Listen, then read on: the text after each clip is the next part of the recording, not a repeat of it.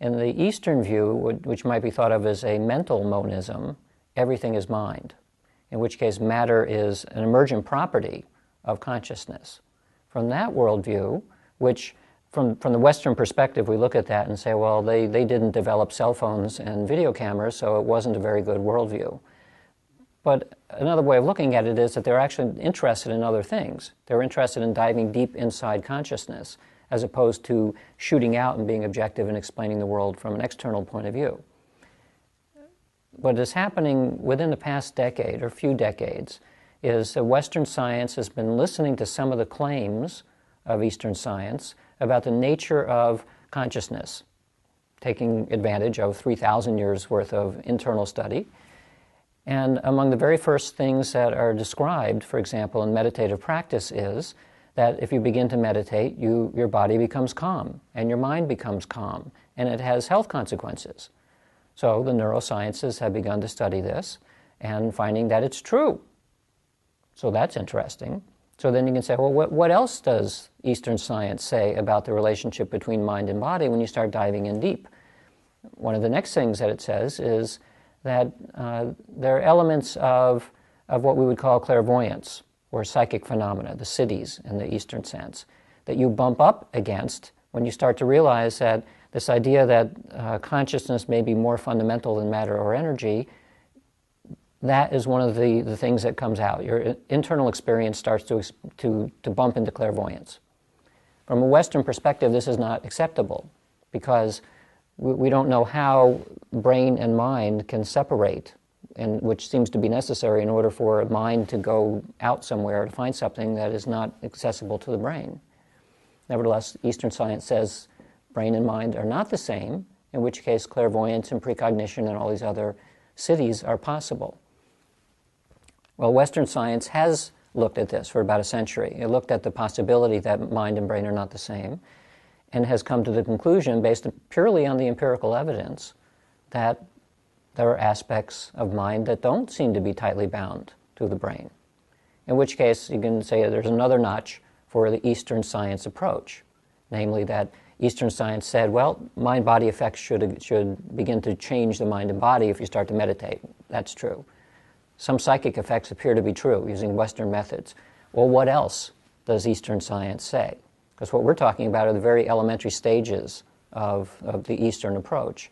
If you keep following out on Eastern lore, you find things at some point of mystical union with the entire universe. At that level, the report is, the reports across cultures and throughout history, that the universe is not the meaningless object that Western science says that it is, but rather that the universe is permeated with meaning, and it is saturated with consciousness. There's consciousness everywhere, in which case, while the Western viewpoint is your mind, your awareness is locked inside this structure, in the Eastern viewpoint, this structure is actually the entire universe, and you can experience it like that.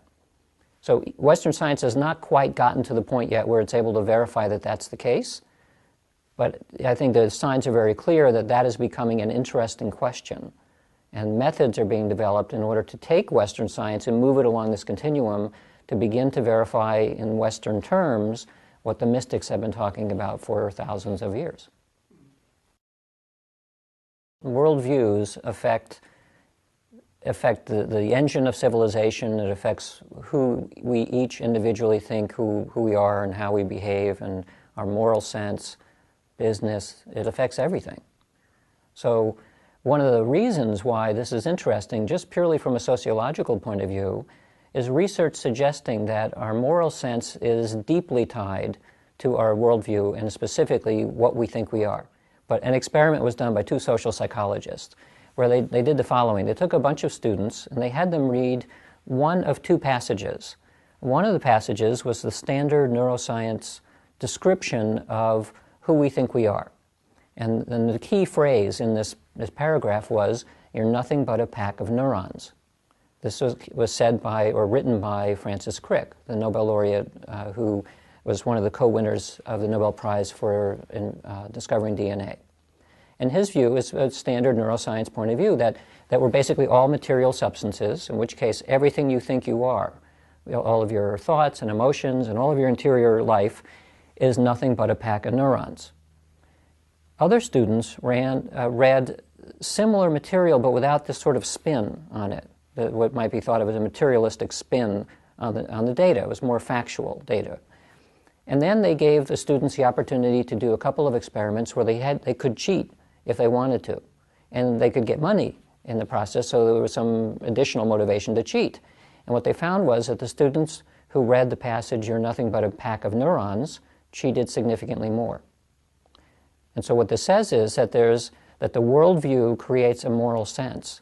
If your worldview says that there is no inherent meaning in anything, and ultimately the universe is a pointless object, and when you die you're dead and there's nothing else going on, then it changes your sense of how do I need to live right now? Well, if I'm going to die and there's no meaning to it, I should get everything I should get right now. I should cheat if I have to. Whereas if we had a different model, which said maybe you're part of some gigantic living system with some kind of inherent meaning and all the rest, maybe you shouldn't cheat because it might track you for a long time. It could have consequences not only for yourself but for your loved ones and everyone else. So this in the East would be considered something like a karmic debt, some persistent memory that tracks your actions. In the West, of course, we don't have anything like that. And it changes how people... One of the consequences of modern physics is that as I think Sir James Jeans said, that the world begins to look more like a giant thought than a giant machine. What he meant is that down deep in the quantum view of the world, the thing that is most important is information and knowledge. That seems to be the driver of everything. And in addition, the more you look at individual particles, the more you realize that there is no such thing as one electron. An electron, or any elementary particle, exists only in relationship to other things, like other particles or the universe at large. This means that deeply enough, and you dive down into the nature of matter, everything we know about the everyday world dissolves. There are no objects anymore. There are only relationships. There's no locality anymore. There's no time anymore. It all begins to dissolve away. That's why I use this idea of like the Cheshire cat dissolves away and all that's left is a smile, and eventually that goes away too. The more you look at something in detail, in what we think of as solid matter, the less and less solid it begins to look. And eventually there's nothing left. There's only information and relationships. Well, that doesn't sound very satisfying, and it certainly doesn't match our everyday experience. It makes the world seem way too slippery and way too ephemeral. And even worse, if it is true that the fabric of reality at very deep levels consists of some kind of strange, not quite energy, not quite matter, informational relationships among things, then how can you build up from that to the world as we see it at large? It's as though you have the fabric of reality. You're able to hold it, and you're looking closer to it, and you see that, well, it has threads, and there's the warp and the woof of threads in it. But the closer you look to the threads, the more you realize that they're actually not made out of anything. They're like relationships that give the appearance of being made out of something. There's actually nothing there.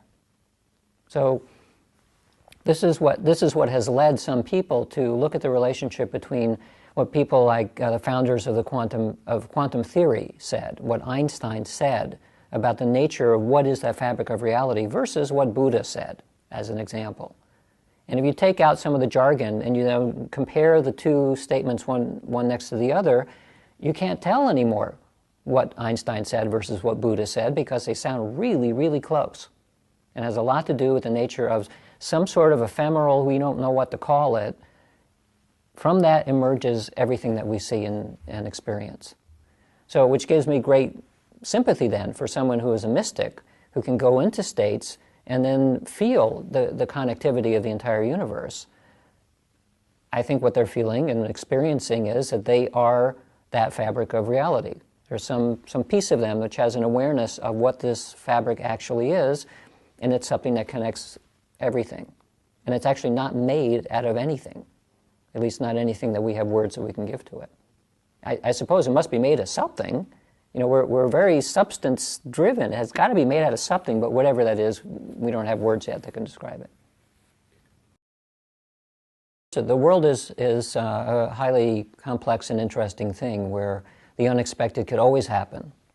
In the case of something like global consciousness, it has been said that if you take a purely materialistic point of view and you imagine that in order to get the level of awareness that we have, you need approximately 10 billion interacting units, little computers, say, that are very richly interconnected, maybe 100 billion interconnections. And then you say, okay, if that's what it takes in order for a system to become recursive enough in order to become self-aware, like the brain, well, are we approaching that now with the internet? And the answer is yes. Roughly 10 billion computers, perhaps 100 billion or more interconnections through the internet, will this electronic membrane, as Teilhard de Chardin called it, will that electronic membrane become aware by its own right? And I don't see why the answer would be, well, sure it would. So that's from purely materialistic point of view. And there's a lot to be said for the neurosciences. A lot of it is actually really good stuff, so I'm not dissing the neurosciences. But if it's something more than that as well, like if brain and mind are not completely identical, but the mind also has some kind of a wave-like distributed sense, then I think the likelihood of a global consciousness awakening is even much, much greater. Much greater. So we have 6 billion or so people in the world. Each individual can be thought of as a localized mind, but with some spreading out in space and time. And there is already some experimental evidence suggesting that there is something like a global mind reaction to large-scale world events. So I'm talking about the Global Consciousness Project, where we have over 200 events now, each one of which attracted a lot of attention around the world from humans, and we find changes then in the physical environment as a result of that attention. Changes that by any conventional theory shouldn't be there, and yet it is there. So at this point I don't know whether there is a global mind or not, but I think that because we're beginning to find ways of testing empirically if it is there, and the evidence is suggesting that something strange is going on, then maybe the mind of Gaia is waking up. Or maybe the mind of Gaia has always been there, and we're tiny little neurons in her brain, and we're figuring out something like, oh, you know what? There has always been a giant mind, and we've always been pulled along with it, but we weren't quite clever enough until just now to begin to get an inkling that maybe that was going on. I think science and spirituality are beginning to converge, although I have a bit of a problem with the word spirituality because it has so many meanings that it's always difficult to know exactly what somebody thinks they mean by that word. What I mean by spirituality is something of an internal sense that there's something more. There's something like a connectivity between me and the rest of the universe in some meaningful way, not a trivial way, but a meaningful way. So is science moving in that direction? Well, in some ways, science has always recognized that everything is always interconnected. But because of the nature of science, that as soon as you start studying one thing, you recognize that it's always connected with everything else, if by no other reason than just gravity connects everything. But everything is also interdependent, and you can't study everything all at once. So science has been very good at sort of slicing up the world into little pieces and then diving deeply down each little piece, and that becomes a discipline. So it takes 20 to 30 years for somebody to become an expert in their discipline, and you learn a huge amount about a very thin piece of the universe. And it's very easy to forget that that piece actually is still connected to everything else. We conveniently forget it because you kind of have to, and it gives rise to jargon and different styles and all kinds of different things among the different scientific disciplines, which creates something which is ultimately a whole system, but it becomes fractured into thousands of disciplines. You can see this very clearly by doing a search on journals that are published. There are probably 10,000 or more scientific journals. And even sometimes disciplines that you think would be close together, if you can't read one journal and then look to the other one because the language is different. The terms that are used are different. The statistical models, almost everything becomes different. Different people are involved as well. So how can science begin to study something as vaguely defined as spirituality, meaning connectivity, and remain science?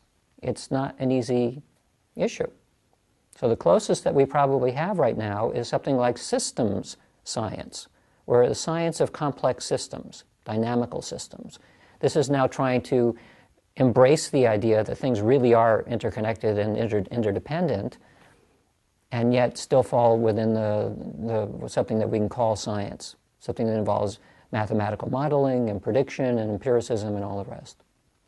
So in the long term, I see that yes, there's a convergence, but it's more like it's less of a convergence between two separate things and more a growing recognition that in order to understand complex systems within science, you have to have a broader and broader perspective. And at some point, that perspective will include what we currently call spirituality.